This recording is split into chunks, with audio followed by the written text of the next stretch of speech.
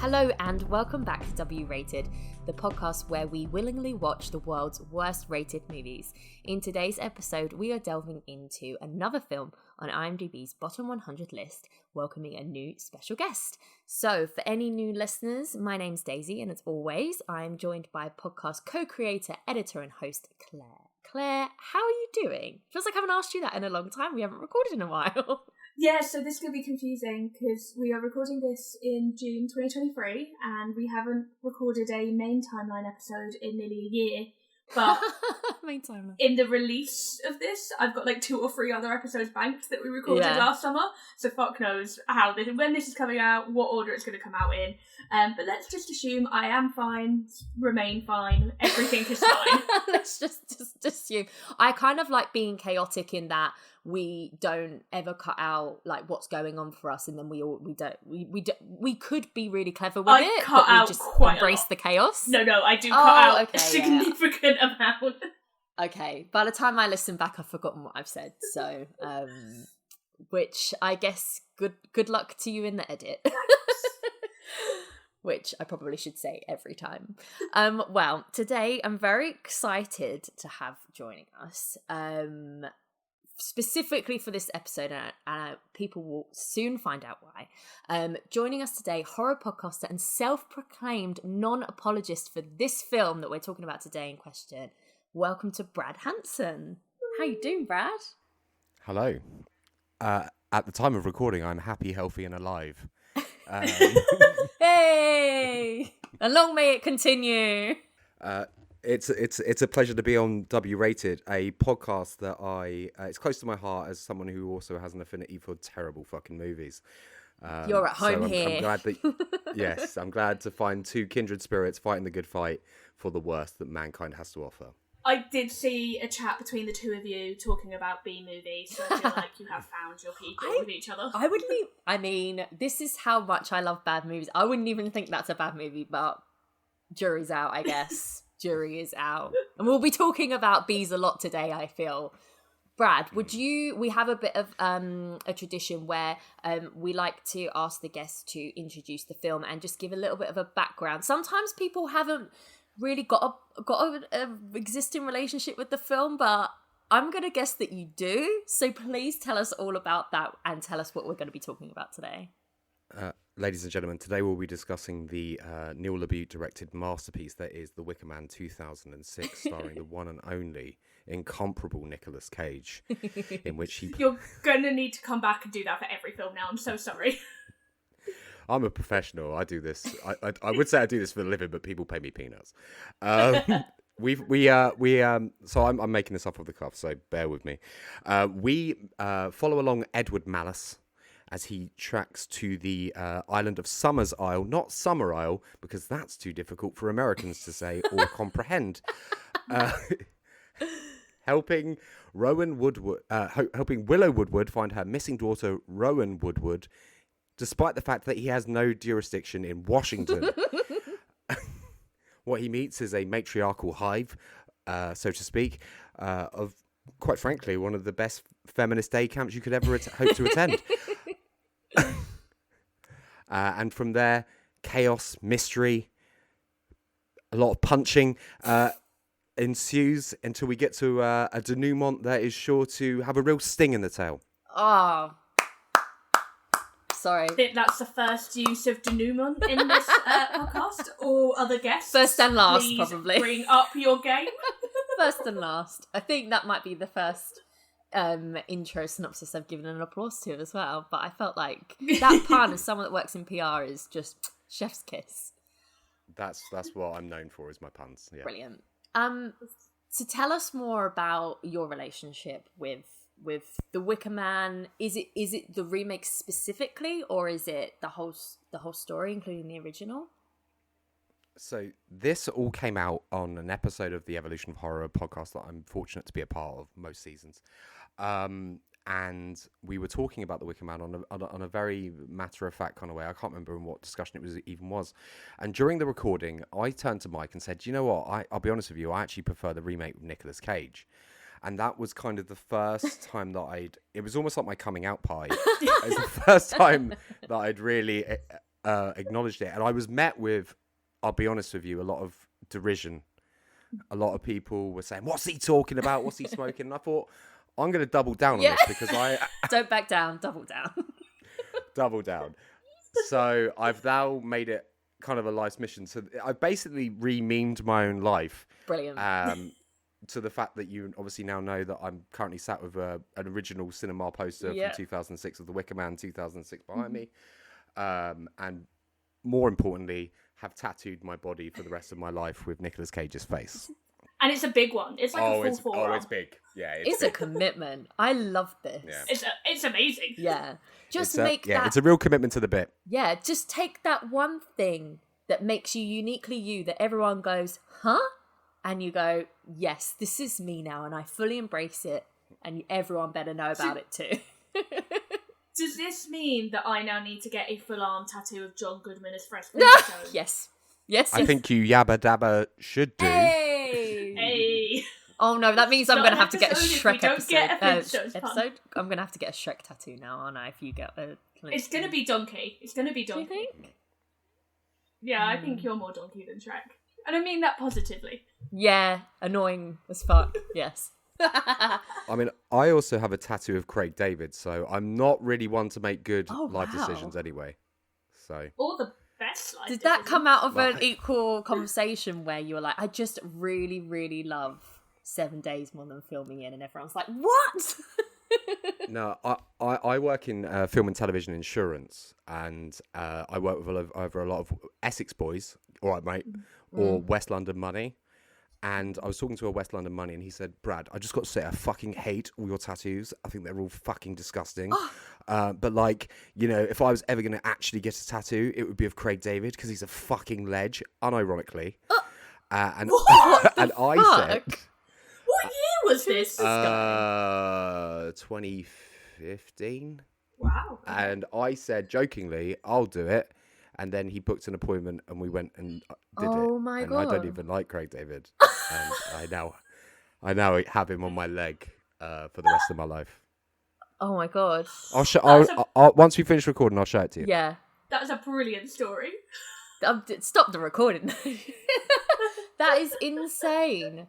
I'm just looking at tattoos in a whole new light now, and what they could mean for the impact what they could mean. Yeah, what they could mean for, you know, living life and surprising people. Right. So swinging it back. Yeah, let's please.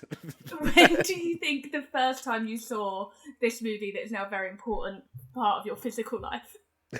To be honest with you, I don't really know. There are certain films that come into my life, I feel, and they kind of transcend time, and I can't pinpoint the moment that I saw it. It just seemed to be something that existed in my life, maybe since my genus, my birth. Much like the original Suspiria, I couldn't point down, like, that film just feels like it's always been a part of me. I definitely didn't see it in the cinema. Mm-hmm. Okay. So it was definitely a home video at some point watch. And I am genuine when I say that I do prefer the remake to the original. Wow. I appreciate that. I haven't seen the original. I did my I hadn't, and I thought I'll do something interesting. I think it would be interesting for us to speak about it with someone. Like, I wanted to give my opinions purely on this film as it is, and see after we'd had the discussion because I thought it would be interesting. I knew, Claire, you would have done your homework, and I would have assumed that Brad had seen it. So I thought, I will use this to my advantage and be strategic and see if there's any interesting tidbits that come out of the fact that I haven't seen the original. Claire, have you seen this one before? This is a new for you? No, I literally watched the original last night, and I watched this version. So you did the original first as well on purpose, I'm assuming. I did. Yeah, which I think really helped with my enjoyment of this one, actually. I felt like I definitely got more from this having seen, like, the source text. I think because I kind of knew where we were going. I didn't get lost, because I feel like it's a film that you could easily get lost. Yeah. I'm really intrigued to see what all of our different opinions are now then. So before, spoiler warning, we're just going to dive straight into everything weird and wonderful about this film. So if you haven't watched it, pause it, watch it and come back. But just to recap in terms of where we are on the bottom 100, this is only number 84, which I am and I'm not surprised by, because it's very iconic, but we'll soon find out like what we think in terms of how bad it is. But it's got a... Well, not to jump in too quickly with letterboxd reviews and other reviews, but I did spot in my research that there is what's going on is the opposite of review bombing, and people are purposefully giving it 5-star reviews, at least on Letterboxd, to try and up the Letterboxd. Well, it hasn't worked because it's only got a 1.8. But loads of them are literally saying this is just putting this here to up the rating. Brilliant. So I do wonder if that's also why it might be as high as it is on the list. Yeah, because it's a 3 point. It's got sorry, I lost my place now. 3.8 on IMDb.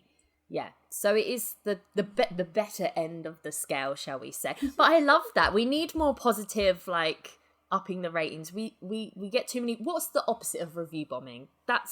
We'll circle back to that. See if we have a good phrase for it. I can't imagine it's going to happen on any of the other films we talk about. It should be bloody happening on the Flintstones, but whatever. It always comes back to the Flintstones. Sorry, that's twice now. I won't mention No, it again. don't worry. I'm only joking. Okay, so film chat. Let's go. Brad, I'm dying to know, what is it about this film that you love so much, and why is it better than the original? Convince me, as someone who hasn't seen the original. Sure. So the first problem that the film has is that it's marketed as a horror film, and it most certainly is not a horror film. I think in 2006, audiences were expecting a certain thing, and it's certainly not what it's given to it. What it is this absurdist battle of the sexes black comedy, which Neil LaBute's actually known for with films like In the Company of Men. He's got a history of making these films that deal with gender politics in not necessarily the most subtle of ways. He certainly isn't a feminist scholar, shall we say, but certainly deals with gender roles and gender stereotypes and the male-female connections in interesting ways. And I think The Wicker Man is a great example of a beta who thinks he's an alpha entering into a den of vipers to find that his misogyny is no longer welcome here, and met with force and violence until he snaps back, like the incel that he is. Do you know what? That has put it in a completely new light for me, because I totally got... Well, it's not even really subtext, is it? The story is the fact that, it's all related back to the queen bee, like, sort of way of living, sort of the putting the women on the pedestal and reshaping society in a deemed feminist way. But kind of you've reframed the Nick Cage character for me there, I think. I suppose we probably should talk a little bit more about what happens in the story before we jump too far into breaking down all the themes and everything. But that's a key difference, right, from the original, is that it's not necessarily the gender roles of it is that not as big a part of the original? Or? It's religion in the original. Okay. So the police officer in the original is like devoutly Christian, and there's so much more done with the concept of the cult and the concept of the religion that they follow. And it is the head of the island is a man, he's a lord, and then but men and women are both in it together. It's just everyone on the island, but religion is like the main thing. Okay. And I don't think religion is even mentioned once in the remake. They very much get rid of the religion, I guess, because we're not really in a religious society anymore. Especially like mainstream American audiences don't really want too much religion in their movies, and they went for the women be bad. They should watch, those that do want religion in the movies should watch Left Behind, another Nick Cage The previous Nicolas Cage film. starring film. What did you think about the differences then, Claire, when it comes to sort of like the basic setup of the story? I feel like they lost something by getting rid of the religious element. I thought that was the most interesting part of the original, because he's so horrified by their religious beliefs, but religion in itself is a cult, and just because he's been raised Christian, he doesn't see his version as a cult, but he sees their version of religion as a cult, and horrible. So I felt that was really interesting. However, I did like the women part of it. You know, I've been watching a lot of Yellow Jackets recently, so women being horrible in cults with bees is, you know, or wasps in Yellow Jackets is, you know, high on my radar these days. Making honey, killing men. All in a day's work. You know, yeah. So I did admire the choices that they made. I didn't think all of the choices worked. So again, spoilers, but you know us by now. The young girl in the original is not related to him, has nothing to do with him. He's just a missing girl. I felt like that was unnecessary. I could see what they were doing with it, and the whole honey trap thing, that she goes out and looks for men to get impregnated. Right. But I just felt like that was an unnecessary factor, and I really didn't care for the flashbacks. We know my pet peeve is films that flashback to things that already happened in the film. And I'm just fed up seeing that goddamn scene again and again. Even, like, I know that was, wouldn't work in this instance because he was looking back to that, but you know when they do montages of people's relationship, and you only see the bits you already seen, it's just so dumb. Yeah. But yeah, I admired the changes they made. I thought the majority of them didn't work as well as they should have done, but I liked that they went for them. Okay. Yeah, see, you know, coming at it from, I suppose, the angle that I've set myself up for, having not seen the original, I assumed that was what the original was as well. I really enjoyed the theming that they went with. I think it made sense thematically and, like, with the story. And there's still some bits, you know, Brad just explained, little nuances and things and the way to look at it that I didn't pick up on before. So I feel like, for me, when I haven't seen the original, knowing they made that change, right now I feel like it added something. But as I say, I haven't seen the original, so I will see if that changes my mind. But I guess, is that something that people had a problem with? It's not something I've necessarily seen people have an issue with. It's more how it was executed that people had an issue with. There were a lot of people, and I think again it was in part because of the execution, a lot of people had an issue with LeBoot, that's how I pronounce it, because he does have a history of, like, misogynistic choices in his filmmaking. I've not seen any of his other films, but in any reading I did around this, that just kept being mentioned and kept being mentioned. So I think the fact that he chose to make it an all-female cult, people knowing him, that has just broken in. Let's join the podcast. The choice to make it an all-female cult, knowing his work, people kind of held that against him, whether it was right or wrong. It's kind of like when we were talking about Blonde, right? It's like when you're looking at an area of, you know, contention like that, and then you find out someone's beliefs, you kind of see it in a different light. Brad, have you seen any of these other films? What do you think about the direction? So yeah, as I said, Neil LaBute has done quite the film that he's most notable or notorious for is a film called In the Company of Men, which it's pretty misogynistic. Right. And it was mid-90s sort of time. But once again, it's not done with intent. It's kind of him holding a mirror up to society and being like, this is how we're teaching young men to behave. He's still making films. He made 2 films last year. One called House of Darkness, with Justin Long, where he enters a house filled with vampiric women. So he's still doing the same sort of things. Right.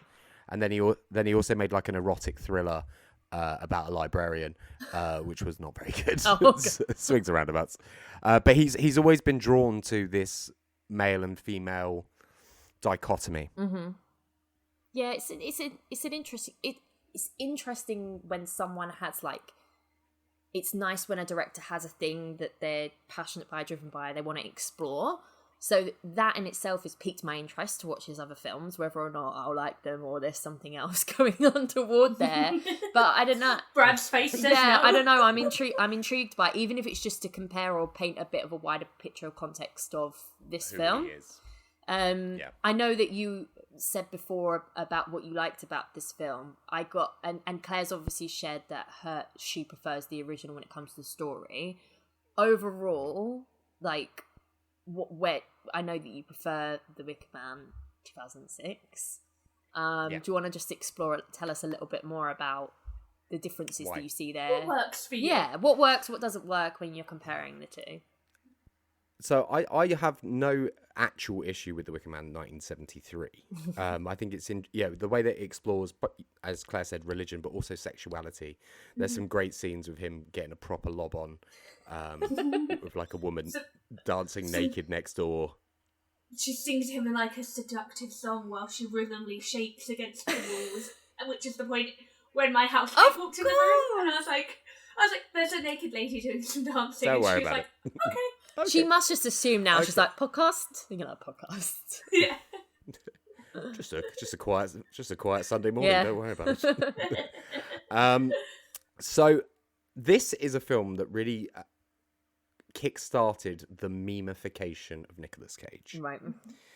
And I enjoy his outlandishly stupid performance for all its points and foibles. The fact that he's a man that's so desperate for help that he's willing to read self-help books, except he's not willing to read them. He just wants to have someone read them to him. Because he has to have books on tape because he can't put the work in himself to read it. He's like a traffic cop. He spends a lot of time on the road. He wants to have it on in the headphones while he's going around on his little bike. Saving or not saving people from cars that are on fire. Look, that kid didn't want to be saved. True. She was asking for it. I just think it's just silly camp nonsense that spawned several scenes, moments, lines of dialogue, line readings. There are certainly some choices in there. And objectively, I know it's not good. Like I'm not like Kool-Aided. Like I'm very aware what I'm saying. We're going to talk about cults later. I've not joined a cult, but I always go with films on like my enjoyment of them. Hence why I would give The Room 5 stars. I went to the latest Neil Breen film on Thursday, Cade the Tortured Crossing. It was one of the funnest experiences in the cinema I've ever had. 5 stars. Troll 2, 5 stars. There's no, like, it's about how much a film brings to me as much as I bring to it. And this is just a really, the problem is a lot of people think it's really boring. And I can see exactly why they would say that as well. I think that's really interesting because I found the original a little bit boring. And as it went on and it got closer to the ending, it's quite a short film. I think it's less than 90 minutes. I got really on board with it. And the ending is as good. That's why it's a cult classic, because the ending is so good. Which is also why I think that really helped me with watching the remake, because I knew the plot points where we were headed. Even though there are some changes in the plot, we're heading toward that same ending. So I think when the pacing was kind of strange, but because I knew what pace we were going at, I was able to sail along with it. That makes sense. And it's interesting as well because I think if I had watched this, like you say, it was heavily marketed as a horror, and especially when you're getting a horror remake, you kind of expect it to really up that gore factor. Yeah. There's almost no violence in this whatsoever, and myself and Daisy watched the theatrical cut. I actually think there is no violence. It's the equivalent of a PG-13, I think. Yeah. 12, yeah. So it's very tame, and it reads far more as like an action thriller. Yeah, like I was gonna say, like a mystery kind of. Yeah. So if I'd have gone in to see this in the cinema or got the DVD, knowing nothing of its context, not knowing the original, not knowing that it's now infamous for being bad, I would have been like, that was one of the worst things I've ever seen. Yeah. We're coming to this in 2023. It has such a history behind it now, it has such context that I was able to get on board with it. I do kind of have the opinion that if it wasn't Nicolas Cage and it was a smaller, less known actor, it would be a significantly better film. I don't think Nicolas Cage is doing a bad job, but I think he's in a different film to the rest of the cast. Yeah, but he makes it interesting, I think. He does make it interesting, but I either wanted everyone to be on his level or him to be on their level. I think I didn't like the disparity when he goes to the classroom and starts screaming at them. No, I was like, why are you screaming? No one else is screaming. A peak moment for me was him screaming, "How did it get burned?" And the other woman's just like not acting at all. It's just standing there going, I don't know. You know what I mean? So I was like, I kind of needed them to meet in the middle somewhere, or them all to go full Cage. But that is why now this film has become so beloved, because people just love the cageness of it. And if you had a film full of cages, it wouldn't work. Yeah, I think You'd have an aneurysm.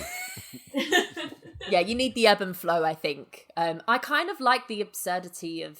No, I really do. The absurdity of him going in... And it plays into what you were saying, Brad, about this guy that thinks he's like an alpha, like, and he's going in and he thinks he's saving the day, and he's just like, yeah, I'm doing this and I'm gonna, you know, repent for the fact that I didn't get to save those people. And this whole time he's just being played for a complete fool.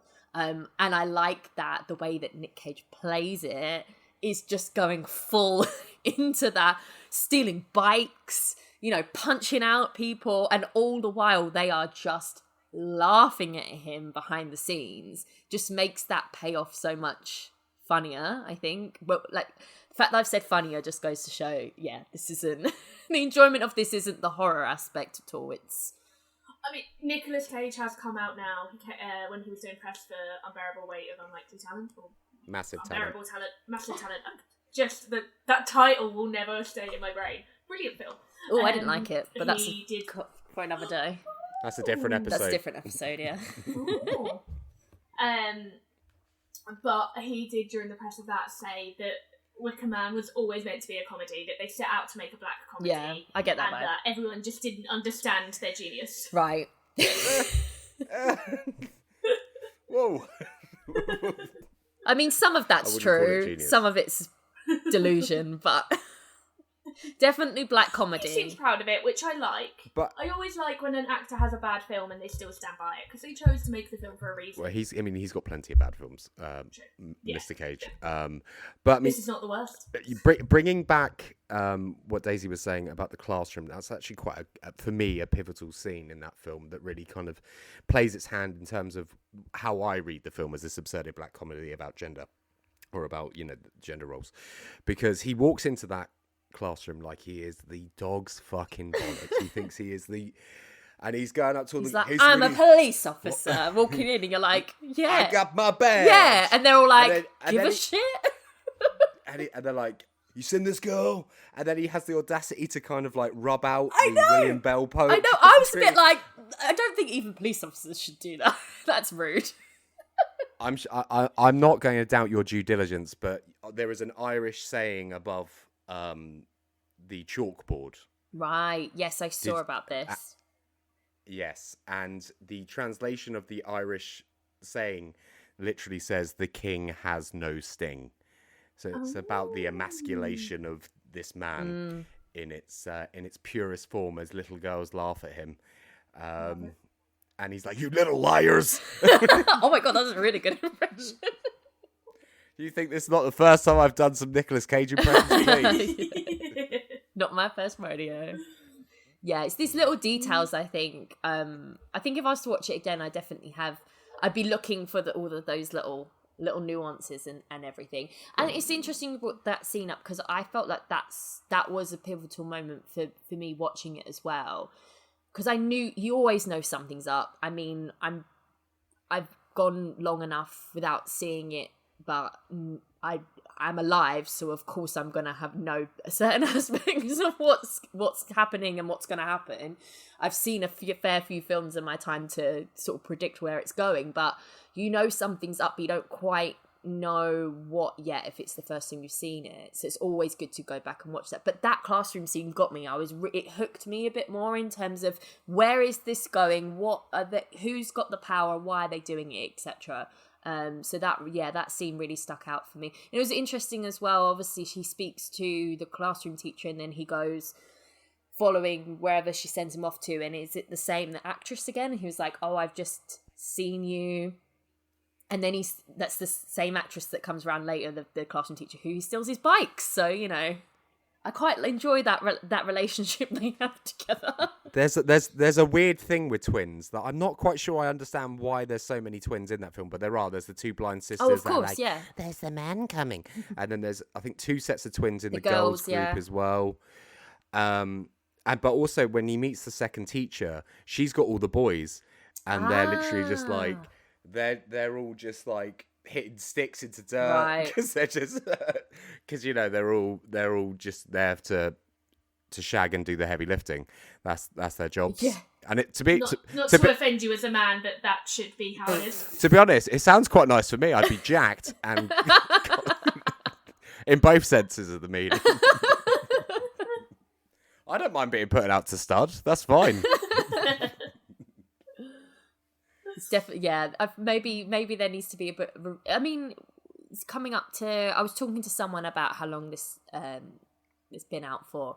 So what is it? About 17 years, and they were quite surprised that it'd been out that long. I wonder if there will be a bit of a sort of celebration around it for its 20th anniversary in a few years' time. Potentially, might be able to get a re-showing at the Prince Charles potentially. I would imagine if it is available anywhere for cinemas to show it, they would be hot to show it in some sort of, you know, like my local cinema, I think they call it like Hotel Babylon or something, and they show like once a month kind of really shit bad movies. Yeah. And yeah, I'd imagine if this was available, someone would be showing it for somewhere. sure. But on that, just talking about the fact that Claire and I watched the theatrical cut, I have to say, I was kind of preoccupied at the end, waiting for the moment. I was like, where are the bees? Where are the bees? And he was in the man, and I was like, does he somehow get out of the man? That's what I thought. Like, I genuinely was like, because I'm not going to lie, I was playing a little bit of solitaire at one point, and I was like, did I miss the bee scene because I was busy playing with my cards? But it turns out you did not. The bees aren't in the theatrical cut.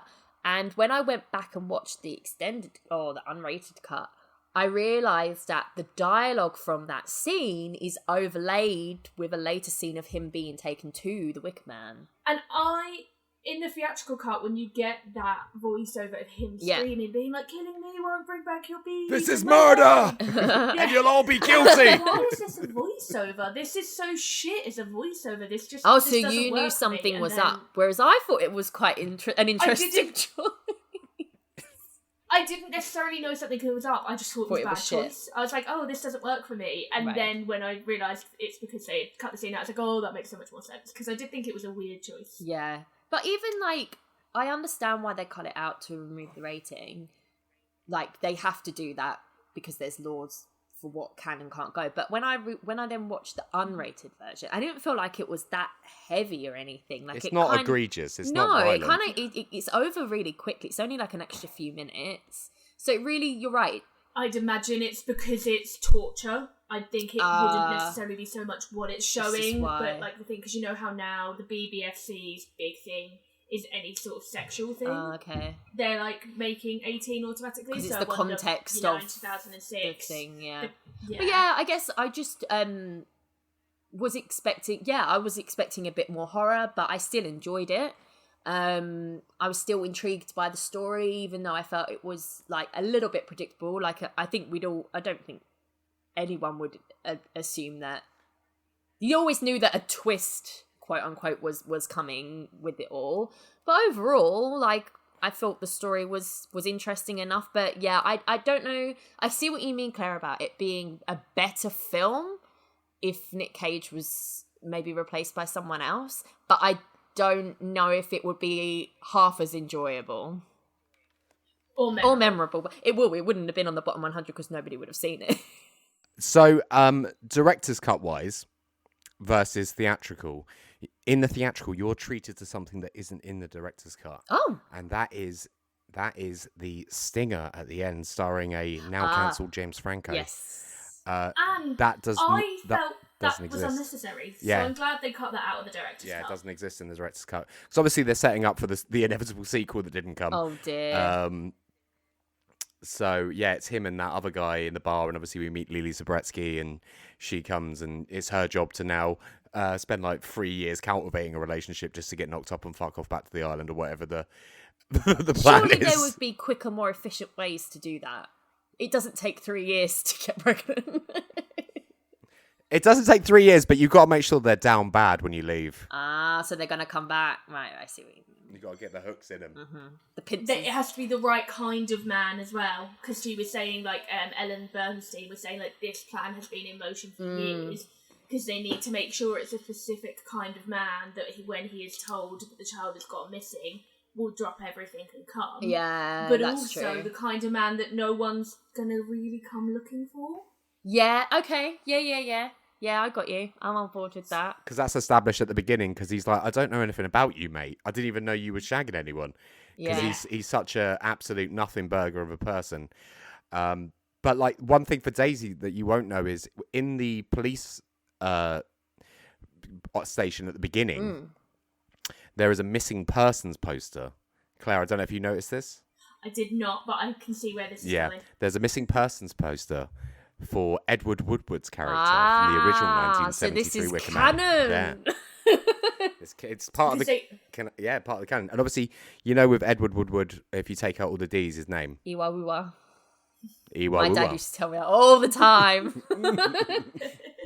They did invite him to be in this, but he turned it down. Yeah, he was like, but fuck not this. in a. Apparently, he didn't say it insultingly because he said that they could use his surname as like an Easter egg, but he was just like, Here, have some crumbs, but I ain't being involved. Have a name. Yeah. Yeah, I can't imagine that the phone was ringing off the hook for Edward Woodward in 2005. Well, clearly, mind, yeah, fine, clearly he thought it was either that bad or he thought he had bigger fish to fry. But yeah, I made a note of that. But apparently there's a quote where he said he declined, but nevertheless was surprisingly impressed by the quality of the script. But it doesn't say whether that's positively or negatively. Yeah. So... Just outed himself as a misogynist. Nice one, Edward. But yeah, so what was I going to say? So the other thing that I picked up on is that apparently, and you guys will be able to tell me, much of the dialogue is word for word, but sometimes it's used in a different context. Is that something that came through quite a lot, or...? I only spotted it with certain times. Like there was one specific line where he's like, I want permission to exhume her body. And she's like, I was under the impression I'd already given that. And that is a word for word line, which is when I clocked. Right. I was like, oh, they'd taken the I didn't realise they had taken as much dialogue as the statistic says, but they apparently did move it around. So that makes sense as to why it wasn't maybe quite so noticeable if it's a different use in different ways in different contexts. Yeah. I'd find it quite shocking that it would take, if it is what they're saying is 80%, that it wouldn't be noticeable. So maybe those numbers are just wrong. I don't know where it came from. It's just trivia on IMDb. But it's interesting that you say it's not noticeable. So yeah, I suppose that's quite an inventive way of making it a little bit, making it your own, but also be like paying homage. Yeah, to the... I feel like it was a lot of the like women's dialogue was the same as the cult or the group in the original, and I think Nicolas Cage's dialogue is probably quite original because his character is brand new, whereas his character is significantly different to the character in the original just because of. Go on then, tell me more about the two guys and what's. It's just modernisation. In the original, he is I believe English police officer. He doesn't have any relation to anyone on the island. He doesn't know anyone on the island, and he just wants to know about the young girl. And he is just deeply, deeply religious. It also says that he's a virgin, so he's very chaste. Oh, okay. So it's kind of the complete opposite of why he's. Yeah. And so he is chosen because they need a man who will be a hero, who will save people, who's a virgin. That's the reasons that they chose. Because him is it like a puritanical sacrifice? Because they're pagan, right, in the original? Sure. Okay. Yeah. So that's why it's not necessarily that they're so different in terms of their archetypes. It's literally just because no one would believe now in the modern that you would have someone that pure at that age. Yeah, 40 and hasn't fucked, yeah. Steve Carell, we've got another job for you. That's a very different 40-year-old version of film. Yeah, so they've both got torture scenes, to be fair. Yeah, except True. Nick Cage doesn't shout out Kelly Clarkson when the bees. No.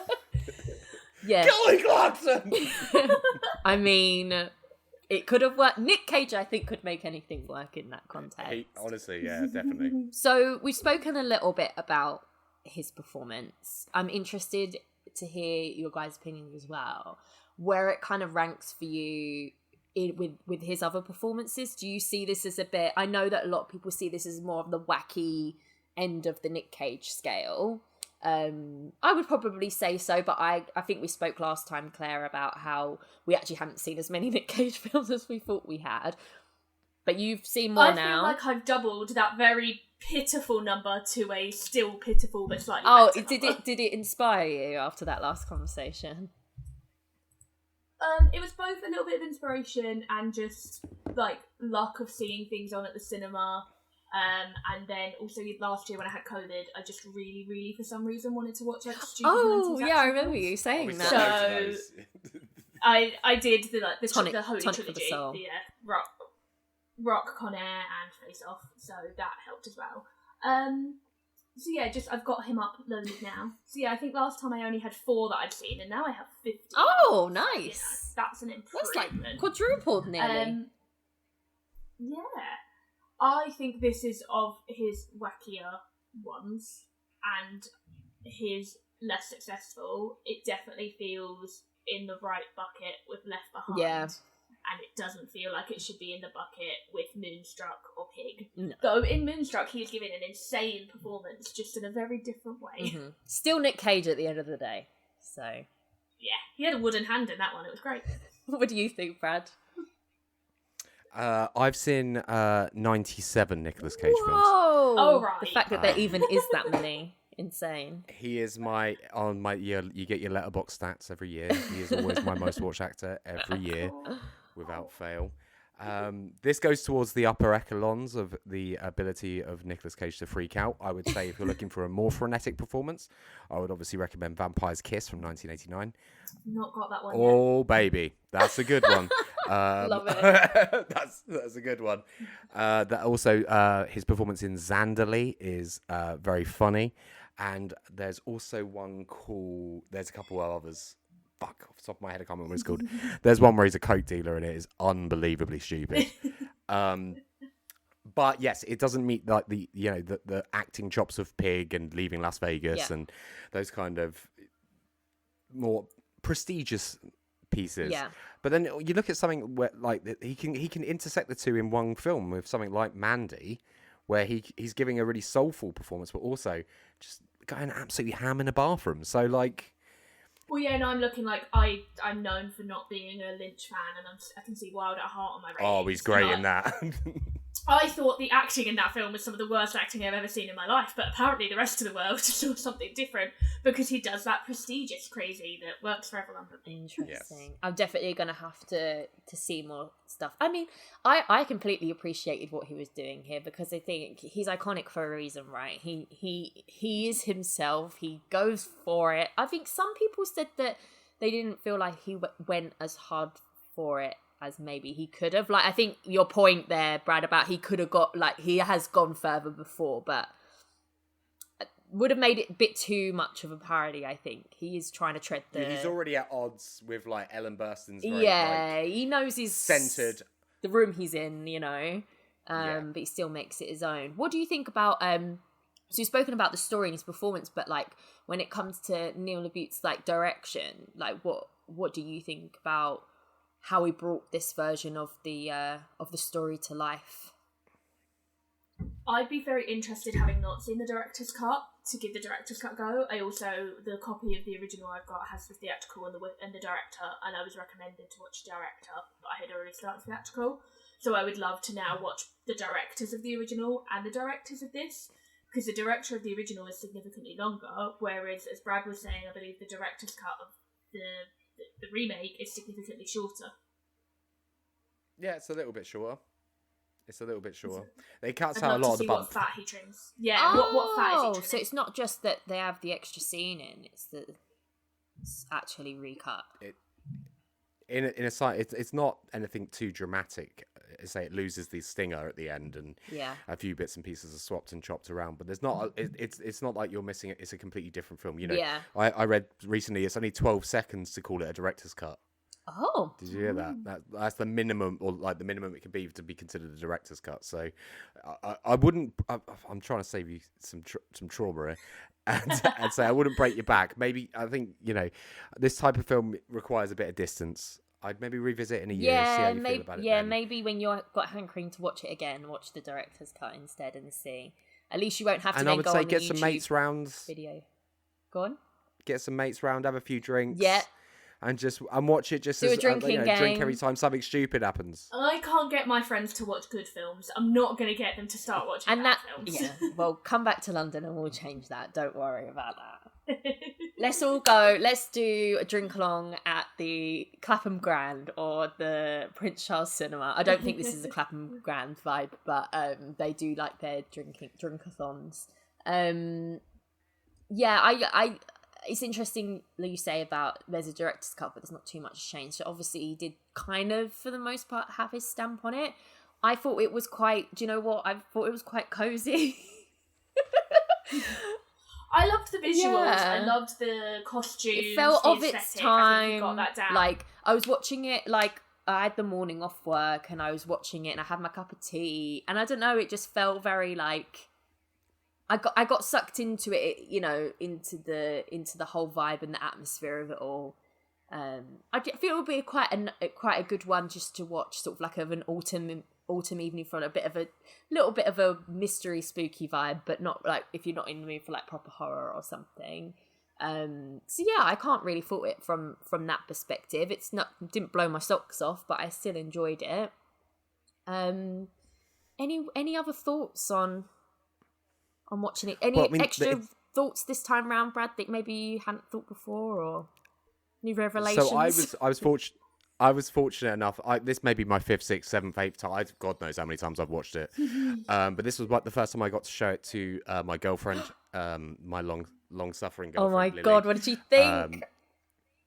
So she, we fell in love over a mutual love of Nicolas Cage.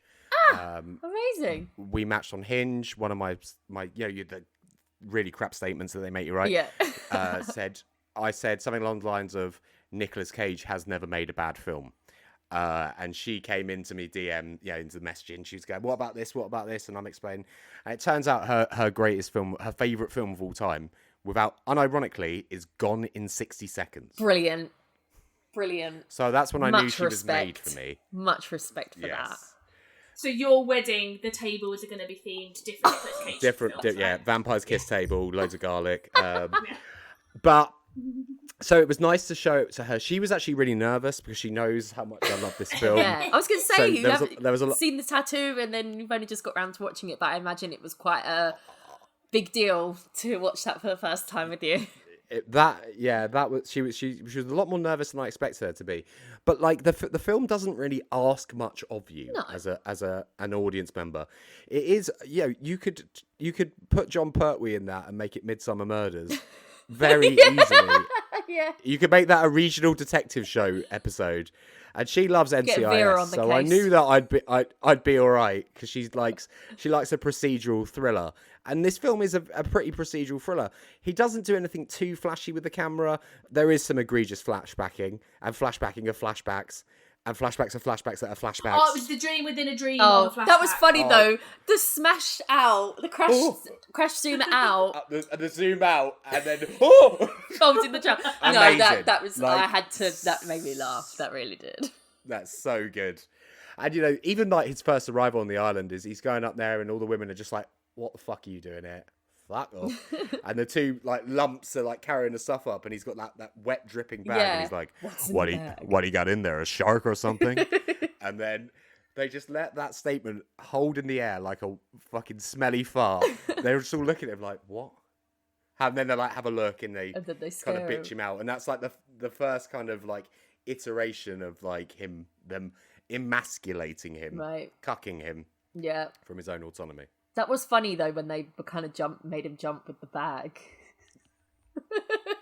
It's the classics. The classics are there for a reason, you know? Yeah. Oldies but goodies. Yeah, exactly. No, I definitely agree. There was some stuff that really made me laugh that I wrote down, like when he was like, "Oh, I'll have a drink" or whatever, and she poured him a pint of mead, and when he was like, he was just making all of these noises like he was Winnie the Pooh having some honey or something. Like it was just all these little, he just peppers it with all of these little cageisms that I really enjoyed. Yeah, it's Cajun season. Yeah. I like that. Definitely. Also, as an allergy sufferer, I had to bring up, did he call it his bee pen rather than his EpiPen? Well, because the packaging on the pen was EpiPen. Oh, very good. Don't think you should inject there though, regardless. Definitely think you should do it on the leg like I've been taught. But it's going to be my like little service announcement every time I see this when they inject it somewhere else. I'm going to be like, Poor medical. It's always on the leg. Well, I've never been taught to do it anywhere else. It's always been on the leg. So every time I see, because I have to preface whenever I say to people, right, here's how to do the EpiPen, I'm like, not like Pulp Fiction. Do not put it into my chest. That's adrenaline. No, I know, but you know what people... Because everyone always goes, do I put it in your chest? I've always seen people do it in the neck on TV. This is it. I don't know if that's legit. Just don't do it to me. Do it on my leg. Anyway. No, always shove it somewhere meaty. It's true. Thigh or bum. Yeah, very true. But yeah, I won't be... It won't be from bees. Mine's peanut allergy. But I did enjoy... Girl, same. Did enjoy the fact that his character got stung, had a reaction, then got treated mysteriously, you know, by their ways, and then immediately was just fine around being around bees again. Like I would not have done that. He just then the way he reacted the first time, and then he's already been stung, and now he's standing there talking to the elder or whatever, and he's just swatting them away. I'm like, oh, okay, you're pretty fine with them now, I guess. And then at the end... Well, he knows there's a backup plan. What? Because they'll take him back and got a nice magic him. nap. Like, I do like him for a good sleep. He seemed pretty rested. Yeah, maybe he was just buying into the vibe, and he was like, okay, yeah, I could deal with this. But why at the end, when he was tortured with the bees, was he then given the EpiPen? Was it so that they were like, right, you know, you've been tortured now, wake up, so you're alive, you're awake when we burn you alive? Was it that kind of vibe? Yeah, right. Basically that. They just wanted to do some excessive torture to him. Because I think as well, it's partly the bees getting their revenge because he kills the bee at the start and they didn't like that. Right. I see. Unbelievable. And I just wanted, because we've pretty much only spoken about Nicolas Cage. Oh, yes, of course. But there were a lot of other people in it, a lot of nice actresses. I really enjoyed Ellen Bernstein, but I also loved Frances Conroy, who most people will know from 6 Feet Under or American Horror Story. I just love her being a crazy old creepy lady. She does it so well. She really does. I think for the most part I was pretty, like, I thought the performances were fine. I wasn't massively convinced by the actress that played Willow, but then again... She's awful. Yeah, but that... She wasn't strong enough. Her, and her interview was very awkward. Yeah, I feel like it's obviously going to be so hard being up against someone like Nick Cage. I think she still held her own, by no means, but it's really hard when you're with such a scene stealer like that. Then again, I say that, and obviously her character is acting the whole time. So actually, maybe it's more that she's not necessarily bad. It's more just that, you know, when you're having a character essentially act themselves, there's just another layer to it, that because at the end obviously it's all revealed that, but she even at the end looked a bit unsure. She just did a lot of look wistful and sort of sad and a bit pouty. Yeah. I mean, she was beautiful, so she did her job. She drip feeds information in the most annoying tell me about way possible. It's like, I've been told she's burnt to death, and she's like, well, that's one way of looking at it. It's like, how's that helpful? Yeah, it's almost as if like this has all been set up for ages, and they're like, all of the different women have kind of all done it, and they're like, right, it's your turn now. Call up Edward. Is his name Edward?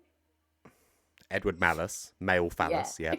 Right, it's your turn. We'll all send our letters out and we'll see who gets a good response. And she's like, oh, for fuck's sake, it's him. Oh, it's my turn to step up. They're like, come on, you can do this. You've been through the acting lessons. Let's go. Let's do it. And are you suggesting she's got opening night jitters? Yeah, she doesn't know what. She's a bit nervous about how. What Daisy is suggesting is remaking Mamma Mia. Oh my god, yes. Wicker Man Mamma Mia crossover. Yes. But essentially, send out the letters. See which dads come back. Nicolas Cage turns up. James Franco's there. But it's almost as if she's like, oh shit, it's me. Okay, well, I guess I have prepared for this. I'll give it a go. But you're right. It's almost as if she's like, yeah. And she's like thinking on the spot rather than the fact that they've prepared this for years. It feels a little bit like. But it's improv. Yeah, it does. I'm not complaining at all. It was just an observation more than anything. I give the film credit, and I saw someone else was reading some reviews. Someone else, actually, I think it was the Empire review, kind of gave it credit for this as well. Sticking to the original ending, in that they do have him murdered and sacrificed. Because obviously there's so many remakes of both American remake. Well, this is also an American remake of a non-American film. There's so many horror remakes where they like fluff up the ending and give it, a hero's ending. So I do respect that, they were just like, the whole point of this film is to watch him burn in the giant Wicker Man. Let's watch him burn in the giant Wicker Man. I was still waiting for the bees though, so I think I need to rewatch the ending because I was like, hold on. I was just confused. I was that woman with the meme with the calculations going, wait. I feel like this is the end, but I haven't seen the bees. So it felt quite abrupt to me. But then I also had the 6 months later thing come up. So I was like, oh, maybe he stays alive and then they do the bees. It obviously wasn't. And then it kind of ended. I was like, oh, okay. Well, I need to look at how the bees come into this. I actually didn't really actually experience the ending of the film at all. Kind of preoccupied, so maybe I need to give that one a revisit. Anything else, Brad, about the performances that you wanted to share? I mean, I quite enjoy fake Kathy Bates. I know exactly who you're talking about. First 2 times I was convinced it was her. See, I can't remember the actress's name, but I knew her instantly. Is it Diane Delano. She was in the Ryan Murphy's first TV show, Popular, where she played, I think it was she was the evil science teacher. So I saw her and was like, oh my god, it's that woman. And I got really pleased that she had done other work. Because she was great in that. Was this before or after? No, that was in 1999. Oh, okay. So this was after. And did everyone spot Aaron Eckhart in the first scene? I did not. I just saw he's on the letterbox. Yes, Who was he? He's the truck stop. Yeah, he's like, thank you, darling, and he tips his hat and walks out straight away. Eckhart's done a lot of work with LeBoot in in his previous films. Yeah, so it's very blink and you'll miss it. Yeah. Yeah, I did notice that. I forgot all about it actually. So yeah, good spot. So, shall we talk a little bit about how this was received by the public? Because obviously, when we talk about the bottom 100, there's always an interesting story behind why it might be there. And sometimes it is just because it's a bad film, but we found the pattern. And I think the obvious one here is that it is a remake of, you could still call cult films beloved because they're beloved by people just a bit more after the fact. But is that true? Does anyone know much about the original Wicker Man and how is it technically a cult classic, or do people kind of love it when it first was released as well? I think it's probably only a cult classic in the fact that it's a horror, so it has a very significant type of audience, and not to overtalk the horror podcast in the chat. I cosplay as a horror podcaster. I would say so. From my understanding, the Wicker Man 1973 is actually, or wasn't at this time, very well known in the US. I think it was quite difficult to source. I think maybe there was a DVD, but there wasn't. It wasn't something that you would deem to be a cult classic. It certainly is in the UK. Is it a UK made film? Yeah, Robin Hardy from 1973. Yeah, and lots of Scottish accents. Yes, it's very regional. Very regional. If you put an A24 logo on it now and released it, people would just be like, a miracle, bravo. Losing their shit. Midsummer Part 2, love it. Brilliant. For me though, it's like it's way too much of a musical. Like it pisses me off the original film. It's too much singing in it. Winds me up. I liked the singing because I heard someone else called it a musical, and I wouldn't class it a musical at all. But I did like the music. I think because I liked the bits that then Midsommar, having obviously seen that much before I saw these two, the bits that Midsommar has taken away. I like a bit of maypole dancing and some creepy women. To me, it's Newton Faulkner at Glastonbury, and I'm not having it. Newton Faulkner. Oh my I God. would be there. I'd be the one in the front row. Oh, wow. Certainly people.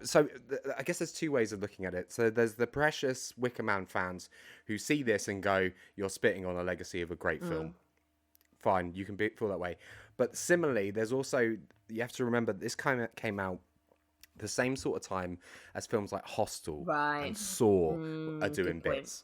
So what people are expecting is violence, gore, decapitations, innards, guts. And especially if you hear that it's a remake of an old British film where a man is tortured and murdered, you're going to be like, yes, sign me up. Yeah. So we're post 9/11, so we've got this kind of like misanthropic hatefulness that's sort of permeating in horror culture, and these horror audiences are coming to expect one thing. Now, here's a little tidbit: this film and the William Friedkin psychological thriller Bug are the only two films in 2006 to receive an F cinema score from American audiences. They're both films that were wrapped up as horror films and are both something entirely different. And I think post 9/11 and in this wave of torture porn and hateful sort of horror, these two films really stand apart as a different divergence of the path that the audiences at the time just definitely weren't ready for. Yeah, for sure. Expectations always comes into play with people's enjoyment of things. And I think that definitely comes into a factor of how I enjoyed it, because I knew what I was kind of getting in for. That's not the phrase. Going in for, I can't remember, my brain's mush. I knew... Signing up for, thank you. Even if I did feel like I wanted a little bit more caginess, overall, like you say, the expectations come into play.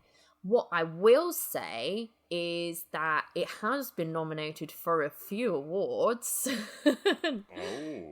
Our usual friend of the podcast, Razzie's not friend of the podcast at all, but we talk about them a lot. The Razzies had quite a few nominations for that year. So it came out 2006, so it was the 2007 awards for the Razzies. I think it was mostly nominated, though. I don't know if it actually won too much. I'm just looking at the page now. Nicolas Cage was nominated for Worst Actor, but the Wayans brothers won for Little Man. It was nominated for Worst Picture, but Basic Instinct 2, which I didn't even realise was a thing, won for Worst Picture. Worst Remake or Ripoff, nominated Little Man won. Worst Screen Couple, Nick Cage in his bear suit, Little Man won again. So I think Little Man just picked it to the post on everything. Just swept. Yeah, Basic Instinct 2 got Worst Screenplay, which was also nominated for. So I think it was one of those ones where it was like across the board, and Claire and I are very aware of the films that are chosen tend to be ticked in all categories. It definitely was one of those ones. Which I can't say I'm too surprised at, given the notoriety of the film. As you said before, it does have a pretty okay score on IMDb. It's definitely not the worst. However, I did do a little bit of a dive into the data, as I like to do, and I did find out that 1 in 5 people on IMDb gave it a 1 star, which is the biggest chunk of people. So obviously people still don't like it, regardless of what we're saying here. There is still a bunch of people who don't like it. But I did find a very good score from the New York Post on Metacritic, 75 out of 100, and they said it was profoundly disturbing, blood-chilling suspenser. Not sure if they got the right version, but everyone is entitled to their opinion. Sure. And what was another one that I thought was interesting to talk about? The New York Times gave it 30, so this was on the lower end of the scale. And they said, a movie like this can survive an absurd premise, but not incompetent execution, which is something I touched upon earlier that I knew that people sort of had a bit of an issue with. And they call out the director, never much of an artist with the camera, proves almost comedically inept as a horror movie technician. It's neither haunting nor amusing, just boring. And I think it goes to your point, Brad, about people expecting a certain kind of film and not quite getting that. Claire, I don't know if you looked at any reviews this time. I had that same New York Times, and I had that exact same bit highlighted because I did think that was a great quote. And I then just had a couple other ones, but nothing particularly, just negative reviews from The Guardian. And Empire, kind of a lot of it talking about, the differences like we have done. It's kind of hard not to refer it to the original if you've seen the original. And the kind of ending of the Empire review was, this has limited interest to folks who don't know the old movie and an excruciating experience for those who do. Bad idea, bad film. I think that's the thing, isn't it? When you think about who's going to be going to see it, like you brought up the point of the cinema score, Brad. We know now that the context of the cinema score is that these people are going out of their way to see that film. They've chosen to see it. And there's a reason that they've chosen to see it. And I can imagine, I'd love to have known how many of the audiences going to see it when it first came out were people who had seen the other film, and how much of them were just someone who'd seen the marketing and that's what they were expecting. Of those, who are people that were just like, fuck it, I had a great time. It was Nick Cage. It's not what I expected, but whether that's actually didn't happen at the time and it's now people have gone back and looked at what it actually is and appreciated it for what it is a little bit more. This was also the start of the Nick Cage, you're either going to get a good film or a bad film. I think people at this point were still expecting Nick Cage's name comes with a certain amount of prestige, and this is sort of the beginning of what you might call a decline. I haven't seen enough of his movies to make that move. I'm more than happy to chip in here. Yes, please go ahead. You are right that this is the genus of Nicolas Cage direct-to-video. I'm in trouble with the tax man. I'm going to go to the Kazakhstan Film Festival and pretend to support Kazakhstani film adventures because I need the money. Right. So yes, this is where his stinky films start turning up. You can kind of... Next year he does Bangkok Dangerous, which is a remake of Danny and Oxide Pang movie. And that's really where it starts, where the hairline starts going, and so do the scripts and plots. But I still love every single one of them. There is a trove between 2007 and 2019 of just some of the most bizarre shit you've ever seen. And I love every single one of them. They're great fun, but they're really bad. Yeah, I mean, like you said, liking film is completely subjective. And if you can get enjoyment out of it, that is the main thing. I mean, I'd still have to say that I think my Cage watching is definitely shameful. Like, I haven't seen as much as I thought. Claire, you've done really well since the last time we've had a Cage-a-thon. So I'll have to up my game and see some of these. Like, I think a good variety would be good. I have watched Pig since I think we did the last episode, but I think a good mix of Cage would be good, just to see his full range. Dive. Oh, what? Sorry. A cage dive. There you go. Oh my god, you're just gonna have to write scripts for us now. I've also just looked up because I was curious and I hadn't prepped this, but in terms of whether it made money at the box office, it actually didn't make its budget back. Its budget was 40 million. And 40 million. Yeah, and the box office is 38.8. So they were so close to breaking even, but not this time, I'm afraid. How much of that? I reckon half of that's Cage's salary. Yeah, surely. Yeah. And then the truck effects, because they kept fucking showing that. They were like, we're getting them, yeah, exactly. We're not We're putting getting this our away. pound of flesh out of Just this. in case people didn't see it the third time, let's throw it in again. I have one. Oh, go on. Review, which is just an amusing one. Because, like I said, it was quite difficult to find letterbox reviews because a lot of them are the people just being like, so bad it's good, had a great time watching this with my mates, and all that, and then the people just being like, just want to raise the score. But I just like this one from Will Ghost Emoji in 2017, who gave it 1 star and said, I knew I was in for a ride when I saw the opening credits for Empire. Ryan Gosling would have a field day with that. Yeah, there's just something about Naughty's graphic design that just sends chills through my spine. And this film could go in a capsule to explain what films were like in the 90s. It's so of its time of when it was made. I like it. That's why I found it cozy. I had a few Letterboxd nostalgia. Yeah, it really is. I was like, oh, just in my tea, and this is this spooky movie. So, I had a few from Letterboxd as well. Matt Lynch said, I'm not going to bat for this as some hidden success just waiting to be reclaimed. Brad. But no, he didn't say that really. But it's a lot more interesting than its idiotic, so bad it's good reputation would suggest. It definitely has a tough time juggling some pretty disparate tones, but the awkwardness also goes a long way in keeping things off balance and unsettling. And to be honest, I think it's a really good roundup of how I found it. I didn't think it was this extreme, like, wow, you've got to see this film, it's so crazy, like bad, or it's also, I'm not gonna say it's a hidden genius either, but the weirdness of it and the unsettling, you not quite knowing what he's gonna say next or what people are gonna do, it definitely added to the overall unsettling feeling and enjoyment of it. And I had one more from Rookroll. It's like someone explained the plot of the original Wicker Man to a Hollywood producer and didn't really understand what made it original or interesting. And then that producer just made their own version. Version? Technically still correct. Kind of right. Except he wasn't, but... We never see him.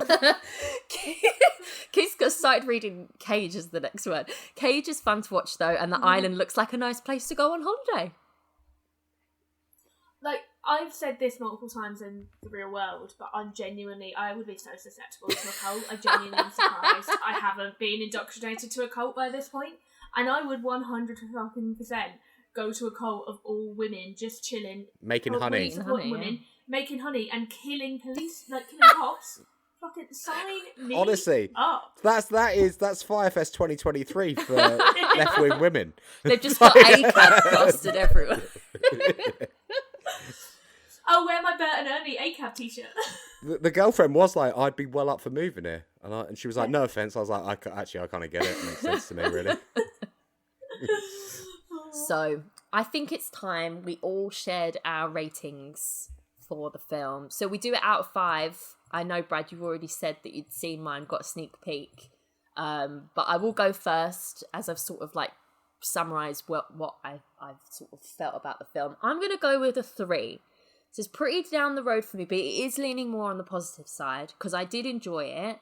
It didn't blow me away. There had fun elements to it that I enjoyed, but overall it did feel kind of a bit plodding along, mostly with the plot. I knew something was up. It wasn't too surprising. But yeah, I still got a bit of a kick out of it anyway, but nothing particularly to write home about. And there were no bees! So I did rate it as the theatrical version. Maybe a 3.5 for the director's cut. But I can't do that because I only watched the extra bees bit on a YouTube video during the credits, so I don't think that bit counts. Yeah, that doesn't count. I went 2.5. I was feeling a little bit negative. It would be more 2.75, but we can't start going into that's too much. So I'm going to go 2.5 because it isn't really a good film and it's very choppy and it is just a bit all over the place. But I didn't think it was as terrible as everyone says. I think a 3-star film for me is that if someone asked me should they watch it, I'd still say yes. And if someone said should they watch this, I could not in good conscience tell them to. Interesting. Brad, what are you gonna bump up this average for us? Yeah, a little bit. I'm not going to take the piss here, right? You can if you want. It's all you. Don't worry about it. No judgment here. It's a 4-star film. I recognise that there are some quite glaring faults in this. What I would say is I don't believe the film belongs in the bottom 100. Not when things like the Nan movie exist. and Winnie the Pooh, Blood and Honey. When these things exist, I find it egregious. But it also makes me feel like he's the little engine that could. You know, he's been dealt a rough hand. But at the end of the day, there's a lot to enjoy in this film if you just slightly alter your perspective. Oh, I like that. That was lovely. And I do agree. I don't think this deserves to be on the list. No. I would save this from the list. No, as well. I think it's kind of been branded. It's been given this persona of like a bad film, and I understand why people have done it. But I think it deserves its own other like it deserves a different label for what it is. Like it's maybe absurd, notorious, something more like that than bad. I think there's a bit of a simple label for that. But yeah, I agree. Claire, you agree. Doesn't need to be on the bottom 100. I'm saving it. I would happily revisit this again, to be honest, because, as I say, I found it cozy. So, right. I am so curious for this top 3 because, Claire, you've just said you would be susceptible to a cult. And considering our top 3 this week in line with the theme of cults, I would love to know what your top 3 are, but I'm going to ask Brad first and then we'll do our usual take it in turns. So Brad, give us your top 3 of cults in films. Okay, in ascending order, in third place, I've got Marcy May Marlene by Sean Durkin. Yes. Love that film so much. In number 2, I have another Nicolas Cage film, 2018's Mandy. Ah, very good. And in number 1 position, John Carpenter's 1996 opus. 1994, I lie, 1994. In the Mouth of Madness. I'm not going to lie, I haven't heard of that one. You should check it out. I mean, my whole shtick on these horror things is the underseen gems. Yeah. And I wouldn't say that it's an underseen gem, but I knew that neither of you would pick it, so that's why I picked it. Nice. No, I recently, for a Screen Run podcast, they're doing a John Carpenter season, and I watched his Village of the Damned. Quite fun. Yeah, that was fun. So I wouldn't mind watching some more like 90s Carpenter. Yeah. So thanks for that recommendation. Yes. Cool. Is there anything you wanted to share about any of those films and why they're the top 3 for you? So Sean Durkin's MMMM. I can't get the L. My phone's gone onto lock screen now, so that's gone. Marcy May Marley. Thank you. Is a great ambiguous portrait of cult and deprogramming of cult. Yeah. And for a decade. Nearly, he never made another film. He's now made another film. Wasn't as good, but never mind. And then Mandy is such a singular film. It's a film that I feel is made for me. Mm-hmm. It's got this kind of death metal doom to it. It's this sort of fatalistic exploration of what happens to you when you lose love and the kind of madness and mania, but also catharsis that you can experience from losing love. And In the Mouth of Madness is just an absolute banger of a Lovecraftian sort of New England horror tale about an author that's kind of indoctrinated an entire town into believing his twisted fantasies. And why wouldn't you like that? Oh, I must ask, have you watched Dead Ringers? Because that's Sean Durkin's kind of new thing. The TV show, yeah. Yeah. I haven't got round to it. I do a monthly review show on the Evolution of Horror Patreon, and I always skirt the TV stuff because I'm like team film. But it is on my list. It looked like a good trailer. That's it. I wasn't so sure on it, and then I remember hearing that it was him who was heavily involved in it, and Marcy May Marlene is one of my faves, so that kind of made me more interested, but I haven't started it yet either. Well, on that note, shall we both just put our cards on the table and admit we both have Marcy May Marlene on our lists? Oh, of course I did. Did we all 3 of us do it? I adore Elizabeth Olsen. That was when I honestly, like her. turning point. I thought for she who should have got Oscar noms. I love I don't revisit it often because it's quite a heavy film, but when I revisit it, I always enjoy it, and you just see so many different things in it. But I have enough other things. Okay, all right. Well, I'll take this one then. If you want, I'm assuming we both have another double, but we'll see. Maybe 2. Who knows? One thing we do learn about ourselves, Brad, is that sometimes we realise that either our tastes are the complete opposite, and I go full film bro, and Claire goes full film chick. I don't know what the film hoe, whatever. Mm-hmm. Or we have something. or we have exactly the same, and we both haven't seen more than the 3 films that we've picked. So I'm interested to see. I have a list of 1, 2, 3, 4, 5, 6, 7, 8, 9, 10. I have 11. Oh my god! Shall I just do my 3 and then you do? No, because I'm worried you'll get one that I want. Okay. Well, I've only got 3, so I'm a bit screwed. Oh, no, okay, I'll go back then. to my research and find another one.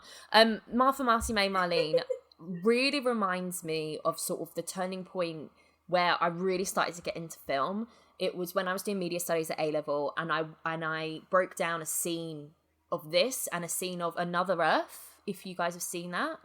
Yeah. And there was just something so early 2010s about those films. I don't know, it just sticks with me in that nostalgia, and it's just beautifully shot, but it's just got this awful undercurrent of just uncomfortableness. But you're right, it's that ambiguity as well.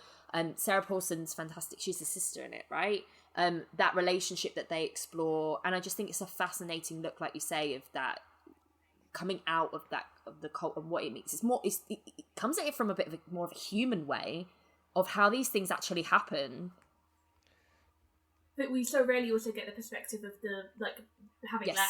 It's always while it's happening, so it's such a nice experience as well. Like, obviously we flash back to what happened to her, but it's lovely to have the, like, escaped person. Yes, for sure. Would you like to go next for your one whilst I look for my one? I'm going to take Hot Fuzz. Oh, okay. Yeah, go on. Yeah, I see it. Yeah. For the greater good. Favourite films. Greater good. For the greater good. Just a great use of cults. You never see it coming. And also British police officers cults. You know. What and Cornell. And they do riff on the, don't they have someone from the original Wicker Man, or they riff on it, or they pay homage to it as well? No, having now seen the original Wicker Man, I feel like if I watch Hot Fuzz again, I see probably the will parallels. be like, Yeah. Well, Edward Woodward is in Right, Hot Fuzz. that's what. Yeah. There we go. Okay. He's the neighborhood watch. Yeah. I mean, it's just a Those top. bloody hoodies. It's just one of my favourite films, just in general. So yeah, excellent choice. And that's why I was really worried. I was like, I want No. Hot Fuzz. You can have that. I don't have that, purely just because I was trying to be a little bit more, try and not specific, but you know what I mean. Like, yeah, I think so. And also I was just like, what counts as a cult? I had to do a bit of like looking around, but I'm glad that you picked that because it was definitely on my shortlist. Okay, in which case I'm gonna pick next Midsummer. But I'm going to take it, and you're probably going to dislike me for this, but I'm going to take it because it was such an interesting experience where I loved Hereditary. I went to see that on my own, and I was just blown away by it. I felt like I needed to take a shower and rock back and forth, and it was horrible, and I loved it. And then I went into Midsummer, and I was like, I don't see it. Like, something's missing. I don't know. I love Florence Pugh. And there was something, but oh my God, if I didn't think about it every single day after I watched it, and even without watching it again, like, I feel like my whole perspective of it completely changed. It just deals with dread and grief in such a visceral way that I genuinely have to be really careful if I'm going to rewatch it. Because it really is very, very, very harrowing. And Ari Aster is just, like, love him or hate him, is doing some really, really interesting creative stuff. I'm very excited to watch Beau is Afraid. And I don't know if you guys ever watched his first short film. I cannot bring myself to do it. But it was like the talk of sixth form media studies A-level class. So it's so interesting to remember that and see what he's doing now. But yeah, in terms of the cult side of things, it's just a beautifully shot film. Florence Pugh is a vision. She brings out that frown that she's well known for, and as someone with a frowny face, I feel represented.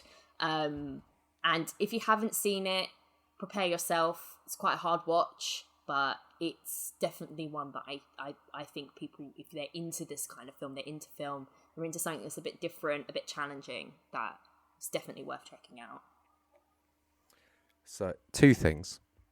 Firstly, I don't know if you're going to be able to see this. Oh, it's just a bit overexposed. Can you put... Is that you? No, is that you in the thing from Midsummer? I made the, yeah. Oh my God, yeah, I can see it when you turn it. Oh my God, that is amazing. I can see you doing the frown as well. I'm doing the pout, obviously. But on the subject of director's cuts, have you seen the director's cut of I Midsommar? haven't. No.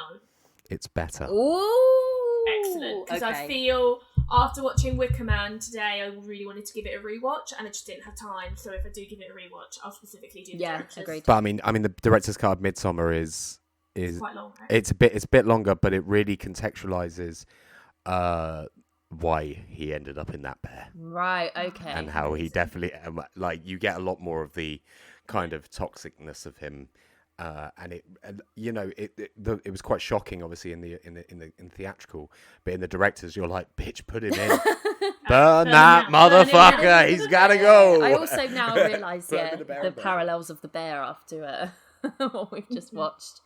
Okay, Yeah. Claire, what is your third and final? Oh yeah, sorry. As soon as I said that, I realised. So I'm going to go for the Other Lamb, which is a 2019 kind of folk horror movie. It's by a Polish director called... Good luck with this. Good luck. Yep. Małgorzata Szymanowska? Oh, yeah. Sounds good to Yeah, me. all right. I was lucky enough, I saw this at, I think it was the 2018 London Film Festival. No, it must have been the 2019. So I saw it at London Film Festival, the Q&A with her and a number of the cast afterwards, and it's just a really nice kind of eerie folk horror, and the horror isn't very high in it, but it's just very unsettling, about a young group of women who are in a cult with this one charismatic older man leader who is goddamn stunning, so I can see why the women fell for it. Oh, so Again, this is the one. why, this is the cult she's going to go into. But yeah, it's just brilliant performances from just a number of young actresses, and it's really striking, because I just love that. Rafi Cassidy, I fell in love with her after watching this, and Vox Lux, so really excited to see her do more and more. And yeah, just highly recommend if people haven't seen it, because it kind of I don't think I've heard of it. Just say it's called The Other Lamb. Yeah. The Other Lamb. Interesting. It's basically got the same plot as Cheaper by the Dozen. Sold. Please don't tell Daisy that. She's going to go in with just the wrong expectations. Okie dokie. Now it actually is my third and final. Sorry, I miscalculated. I am going to go for Kill List.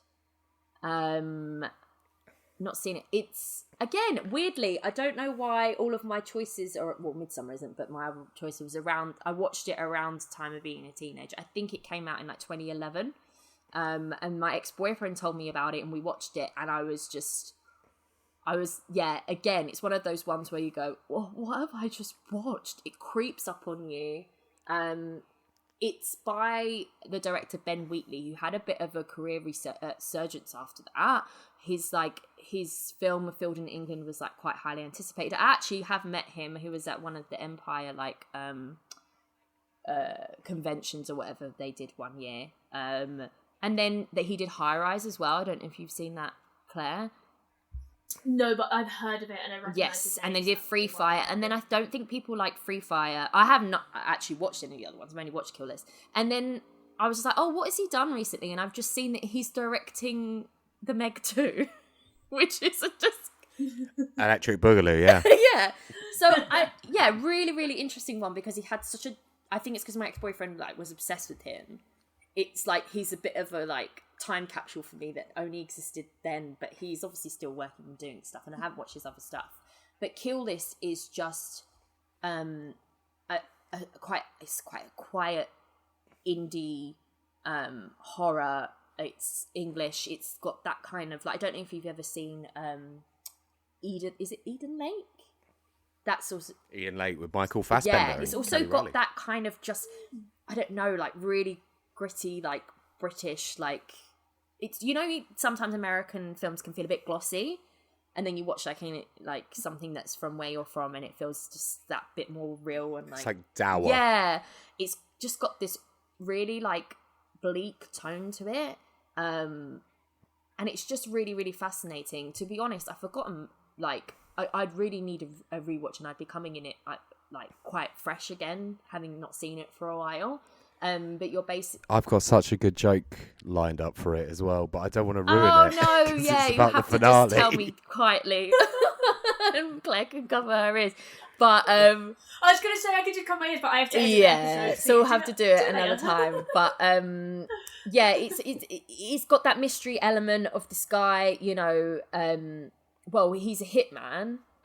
So he basically is on his assignment, and then things start to be a bit strange and unravel, and you're following him trying to work all of this stuff out. If I really recommend you watch it, Claire. I think you'd really like it. But it's interesting, yeah. When I look back at like Ben Wheatley, and I'm like, oh, well, I didn't end up watching any of his other stuff, so maybe I should watch some of that. Less so the Meg 2, more I'm thinking, you know, the stuff I heard was good, but you know, no dissing on the Meg, of course. But it's interesting how I ended up there. So yeah, so that's my final one. Claire, how about you?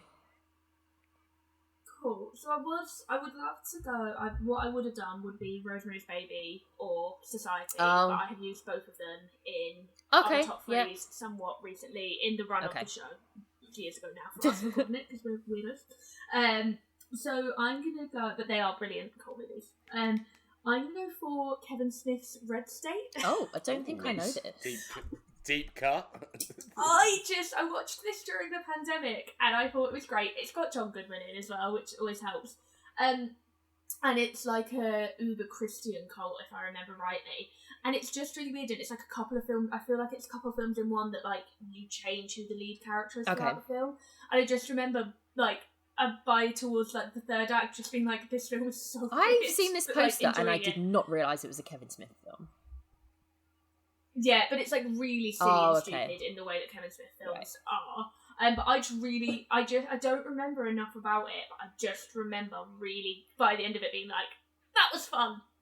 So yeah, nice. That's it's a nice eclectic mix of different ones there. Yeah, I feel like I'm on a bit of a mood to watch some really dour and bleak films now. I said before we started recording, I do feel bad that I feel there's so many amazing cult documentaries in the last few years, and I wish that I had had some more time to go and watch some of the cult documentaries, because there are just so many amazing ones right now, because apparently cults have they're back in a big way.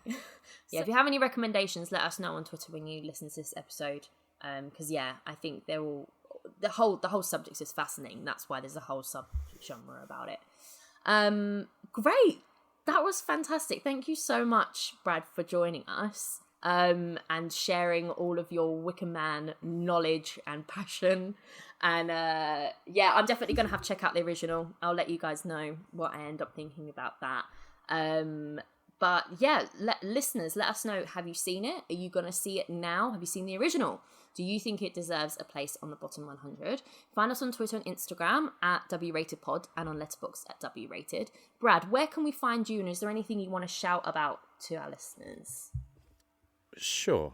So you can find me on all social media platforms, so Letterboxd, Twitter, Instagram at HadBranson.